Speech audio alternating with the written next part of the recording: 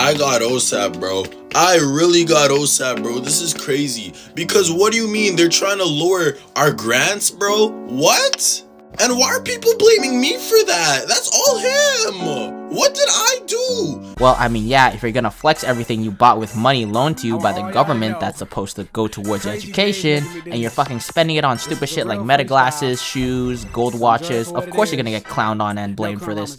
Ladies and gentlemen, today is a great day for the rich people of Toronto and a bad day for the scum of the city, that being the middle and third class.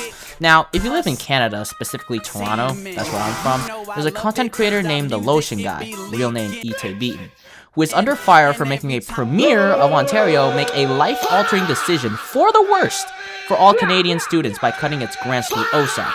Now, before we continue, I need to explain a few things. First, being OSAP. Now, what is OSAP? Well, in Canada, OSAP is a financial aid program that helps you pay for college or university. OSAP offers funding through grants, money you don't have to pay back, or a student loan, money you need to repay once you're done with school. Well, you might be wondering, why the fuck is this Toronto-based TikToker with the most ashy hands important in this video? Well, he's kind of the reason why it's happening.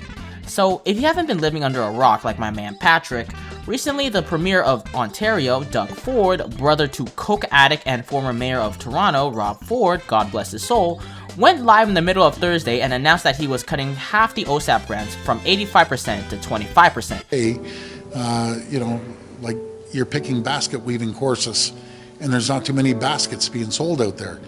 Go into healthcare, go into trades, go into... Oh, brother, this guy stinks! And increasing the bar of how much you have to pay back by 37%. To make it easier for you guys, here's the picture of what I'm trying to talk about. Students in Canada will now have to receive less and expect to pay back more. Now, here's the fun part. Remember how I mentioned this TikToker right here, the Lotion Guy? Well, for some time, Ite was using his money given to him by OSAP to buy things like fancy watches, new running shoes, cologne, Meta Ray-Ban glasses, and a lot of useless stupid shit. And it's become a trend where other students are abusing and misusing the money given to them and flexing what they bought with their OSAP money.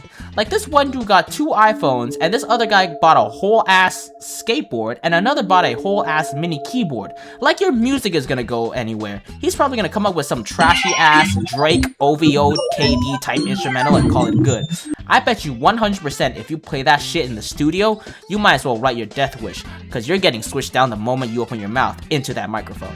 Now, this being TikTok and social media, of course someone from the higher up is gonna see this video and report it to the premier. This man has single-handedly fucked up an entire generation's education and career more than Justin Trudeau has fucked up Canada itself.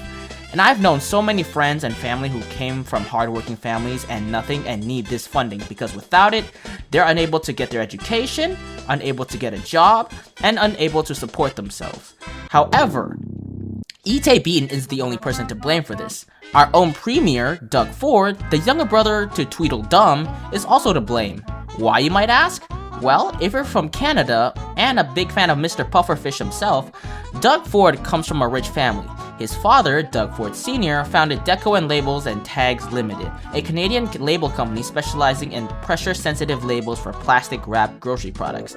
And in 2002, Doug Ford became the president of the company, replacing his father, and took the company's expansion towards Chicago. Yup, the city the Decepticons decided to invade in the third film. So much for Canada first.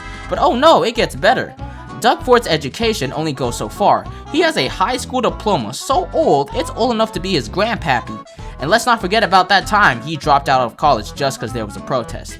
Yup, Doug Ford is a college dropout with no diploma from Humber Polytechnic, which just so happens that our boy Ite attends for marketing.